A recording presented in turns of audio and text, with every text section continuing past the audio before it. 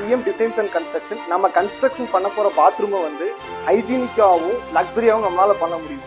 நம்ம அதை எப்படி பண்ணலாம் அப்படிங்கிறத நம்ம பார்ப்போம். ஆக்சுவலி இந்த ரூம் பார்த்தீங்கன்னா ட்ரெஸ்ஸிங் ரூம். இந்த ரூமோட சைஸ் பார்த்தீங்கன்னா 10க்கு 10. இந்த ட்ரெஸ்ஸிங் ரூம்ல இருந்து தான் நம்ம பாத்ரூமுக்கு போறோம். இந்த பாத்ரூம் போற வழியில பார்த்தீங்கன்னா இந்த இடத்துல வந்து ஒரு வாஷ் பேஷன் ப்ரொவிஷன் நம்ம கொடுத்துருக்கோம். பாத்ரூம் ஓப்பன் பண்ணணும். இந்த பாத்ரூமோட மெயின் கான்செப்டே வந்து நம்ம ட்ரை ஏரியாவும் வெட் ஏரியாவும் 2 போர்ஷனாக நம்ம பிரிச்சிருக்கோம். இந்த பாத்ரூமோட சைஸ் பார்த்தீங்கன்னா 10க்கு 5 அப்படிங்கிற சைஸ்ல இருக்கு. இப்போ நான் நிற்கிற இடம் பார்த்தீங்கன்னா மெயினாக வந்து இது ட்ரை ஏரியா. இந்த ட்ரை ஏரியாவில் பார்த்தீங்கன்னா நம்ம என்னென்ன பண்ணலாம்னா வால் மவுண்ட் கன்சில்டாங்க நம்ம இந்த சைட் இதில் வச்சிருக்கோம், இந்த பாத்ரூமில் வச்சிருக்கோம்.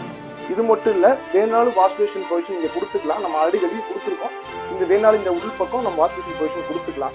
இந்த கன்சில் டேங்க் பார்த்தீங்கன்னா நம்ம பிரிக் வச்சு மறைச்சிடுவோம். அந்த டேங்க் எதுவுமே வெளியே தெரியாது. ஒன்லி இந்த ப்ளஸ் பிளேட் மட்டும் நம்ம வந்து வெளியே தெரியுற மாதிரி டிசைன் பண்ணிருக்கோம். பார்த்தீங்கன்னா வெட் ஏரியா.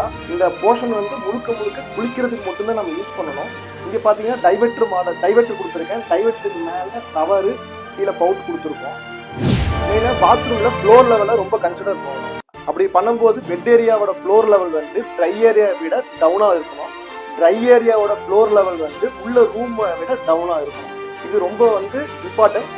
இப்படி நம்ம வந்து பாத்ரூம்ல வெட் ஏரியாவும் ட்ரை ஏரியாவும் பிரித்து பண்ணும்போது நம்மளுக்கு சேஃப்டி வைஸும் சரி, ஒரு ஹைஜீனிக் ஃபீலும் கிடைக்கும், டியூரபிலிட்டியும் நம்மளுக்கு கிடைக்கும். டோட்டலாக அந்த பாத்ரூமோட வியூ பார்க்கும்போது ஒரு ஆஸ்தட்டிக் லுக்கும் நம்மளுக்கு கிடைக்கும்.